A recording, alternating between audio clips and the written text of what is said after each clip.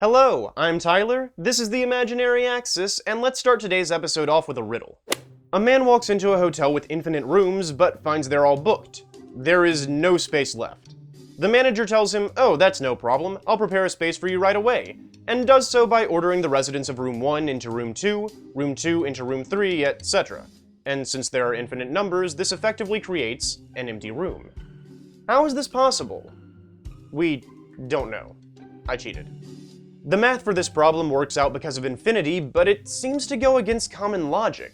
We just made a spare room in a full hotel without getting rid of anybody. It gets worse too. If infinite new guests then arrive at the hotel, the manager can make room for each and every one of them by moving the residents of room 1 into room 2 into room 4, room 3 into room 6, and so on, with each guest entering a room twice their own. Since any number multiplied by 2 is an even number, this moves each guest into an even-numbered room. Since there are infinite even numbers, this makes each odd room vacant. And since there are infinite odd numbers, there's now plenty of space for the new guests. In fact, the manager can do this infinite times if he wants, always creating infinite new rooms for infinite waves of infinite guests. Scientists, mathematicians, and philosophers have always struggled to grasp the concept of infinity. Applying infinity to our world often results in absurdities that we don't fully understand. Everything we know about reality breaks down, even on the most basic level, which is why it's important you comprehend the weight of my words when I say the Infinity Stones are very accurately named relics. They do exactly as they say. Predating our universe and the very multiverse itself, the Infinity Stones were once an ancient entity of limitless power. In this time, it was the sole being of all creation.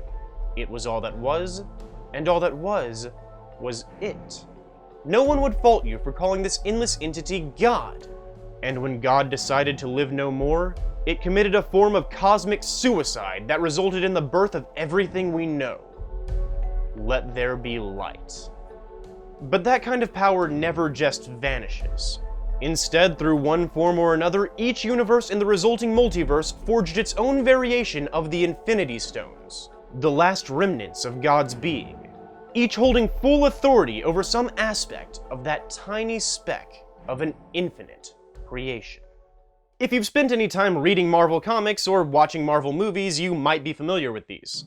The Space Stone holds absolute mastery over space, allowing its wielder to teleport anything anywhere regardless of measures taken against it.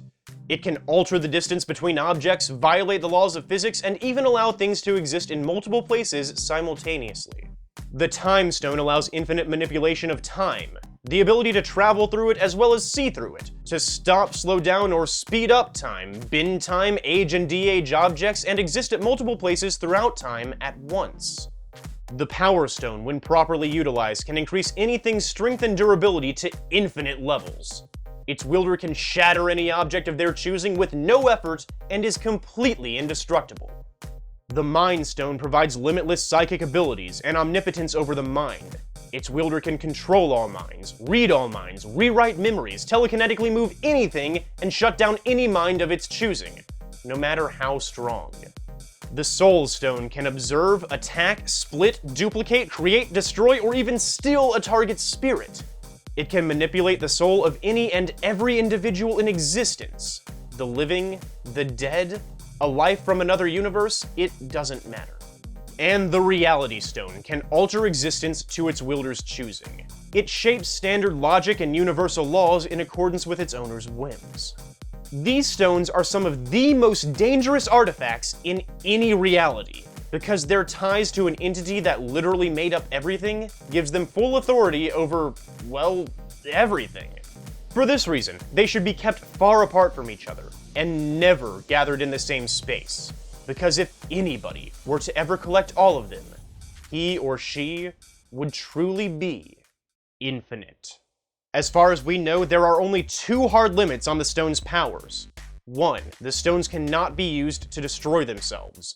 The reason each stone grants its wielder so much control over its aspect of the universe is because the stones are themselves like little control panels for whatever they represent. All space is intrinsically tied to the Space Stone, so if you were to erase it from existence, all of space would have to go with it. Remember where they came from. 2. The stones cannot be used outside of their home universe. Again, they're like control panels for their universe. Just like your remote won't work on my television, one universe's infinity stones will not work on another. But aside from those rules, infinity really is just infinity. It might be difficult to comprehend, but this isn't a number. Not like 30 and 60 and 1432 are numbers. You can never count to and reach infinity, because you can always add one more. Rather, it's a symbol meant to represent transcendence over numbers. It's the number of numbers available. Endless. That is to say, no matter how powerful any character of your choosing might be, there's still an infinite amount of power separating him or her from an individual with the Infinity Stones. As a demonstration, this is Abraxas, a monster that once threatened the very embodiment of the multiverse itself and collapsed entire timelines just by getting near them. Pretty impressive, right? Wrong. This is the ultimate nullifier. A cosmic weapon owned by Galactus that can eliminate anything it's fired at. Universes, timelines, entire multiverses, it erased Abraxas with ease. That's more like it. But even it was casually overpowered and rendered useless by the Infinity Stones. No set power level can compare to endless power. If you're capable of destroying a universe, a dozen universes, a trillion universes, as long as there's a number, the Infinity Stones surpass you. Those with every stone in their grasp are also beyond the abstracts. Chaos, order, love, hate, infinity, eternity, and even death mean nothing to them. It's been shown that the stones allow their wielder to experience time as an unending loop. They know everything that's happening at once, all that has happened and what will happen in the future. With a snap of their fingers, they can kill off anybody in their universe, even if you're just visiting. They can make fools of gods, turn adamantium into sponge, smash the Hulk, and there's nothing you can do to stop them. Because infinity is as big as it gets. Or is it? That doesn't really make a lot of sense, does it? If the Infinity Stones are so infinite, then how has the universe managed to survive the panels I keep showing on screen? If they truly have endless power, then shouldn't anybody who gathers them all just be powerful forever, and every comic afterwards be about how they effortlessly crush their enemies? Gee, talk about a morbid series. Well, the truth is, we have seen the Infinity Stones beaten before. Right on panel. Twice, in fact. Once by the Living Tribunal, and once by Dr. Doom after absorbing the power of the Beyonders. It's also been hinted that an even greater power, the one above all, is the reason nobody who gathers the stones ever seems to be capable of holding on to them, as if he's subtly manipulating things in the background. And I'm not suggesting these guys aren't powerful, far from it. The Living Tribunal is a cosmic god that oversees all realities. Multiverses shape to fit his will, and his judgments can alter the cosmic hierarchy. The Beyonders were a race of nigh-omnipotent aliens from outside the multiverse who were capable of destroying abstract gods and effortlessly ending realities. The one above all is omnipotent.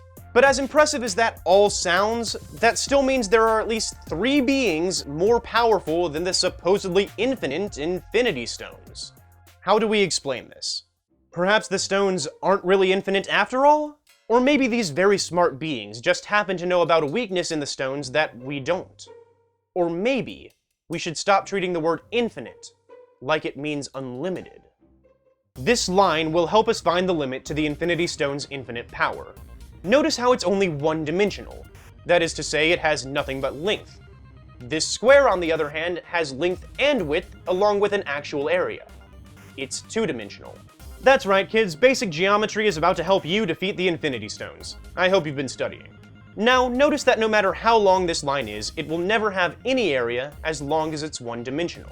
Even if its length is infinite, it is still limited. Comparatively, this square will never have any volume or mass, not like an actual cube will. Why? The same problem. It's two-dimensional, while the cube is three-dimensional. But what does all this have to do with our Infinity Stones? How will this help us finally beat them? Well, you might be interested to know that certain mathematical equations have suggested our universe does not only have 3 dimensions, but probably 11, and maybe even more than that. If this turns out to be true, it would make us and these stones much like our line and square here. filled with plenty of length, width, height, volume, mass, energy, etc., but completely lacking in some fourth thing, and some fifth thing, and some sixth thing, and so on. It's unknown how many dimensions the Infinity Stones existed in when they were a single entity at the beginning of time, but the Beyonders and the Living Tribunal both have infinite dimensions to them. That's a lot more than 3.